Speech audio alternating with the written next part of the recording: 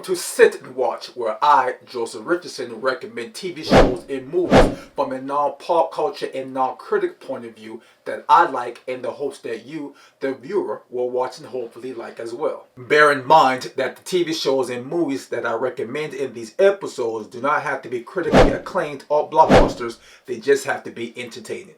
If you have seen the movie that I will be talking about in this episode, please feel free to comment your view or views regarding it down below. Now let's begin. My recommendation for this episode is one of my all-time favorites, the original Superfly movie. Superfly is a steely crime drama centered around the streets of New York City in the 1970s. Rated R and released on August 4th, 1972, it stars Ron O'Neal as Youngblood Priest, Carl Lee as Eddie, Sheila Fraser as Georgia, Julius Harris as Scatter, Charles McGregor as Freddie, and Suge Shaw as Deputy Commissioner Reardon. It was directed by Gordon Parks Jr., written by Philip Fentley, and produced by Suge Shaw. And the story is this. Priest, whom is an opulent drug dealer and pimp, desires to leave the vicious world of crime before he inevitably kills someone and before someone else inevitably kills him. Thus, he contrives a risky scheme along with his right-hand man Eddie that would hopefully allow both he and Eddie, along with his lady, to finally escape the world of crime unscathed and with $1 million in cash, which they will split 50-50. However, Priest's scheme may not come into fruition due to the fact that certain somebodies of his inner circle have ratted him out to the cops. Now, I will talk about the characters. Priest is very tough and intelligent. Ron O'Neal did a fantastic job playing this role. Each word that he utters is said with such force and command that the viewer's attention is always certainly on him whenever he is in a scene. He could have definitely been a righteous leader of some sort within the community instead of being a leader in the crime world in the community. Eddie, like I said before, is Priest's right-hand man. He is your typical slick, jive-talking brother from the streets. Throughout the movie, he constantly tries to deter Priest from leaving the dope game.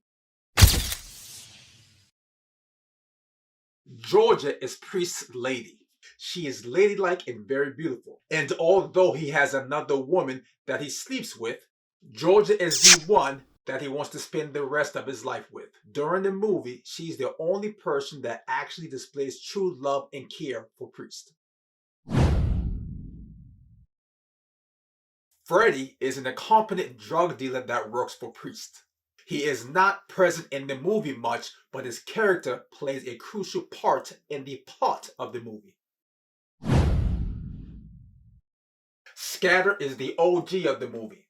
He is the only man that Priest trusts and respects. He masquerades as a chef at the local bar that Priest and Eddie frequent, while simultaneously being a baron in the world of drug trafficking. While Priest was a youth, it is he who got him started in the game of hustling, and it is he whom aids Priest in his scheme as an adult.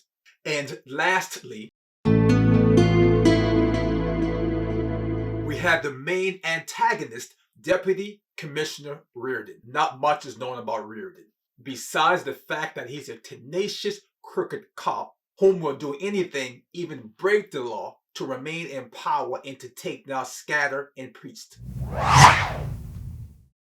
Superfly is an all-time favorite for many people and is one of the most popular movies in American history.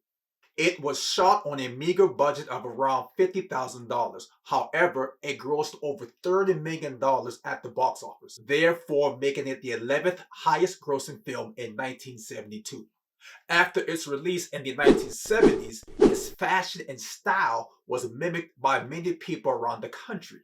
Some brothers even went as far as to perm their hair to make it look just as Priest's hair did in the movie. Its soundtrack is a masterpiece of soul music written, performed, and produced by the great Curtis Mayfield.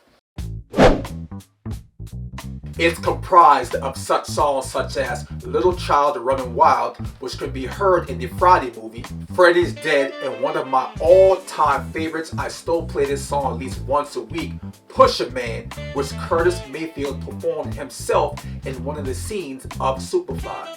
That concludes this episode. You can stream Superfly on any of the various streaming apps, or you can purchase it on DVD, Blu-ray, like I did, ching-ching, or on 4K Blu-ray, or if you're into nostalgia, you want the nostalgic effect, you can find it online on VHS. Thanks for watching. Goodbye.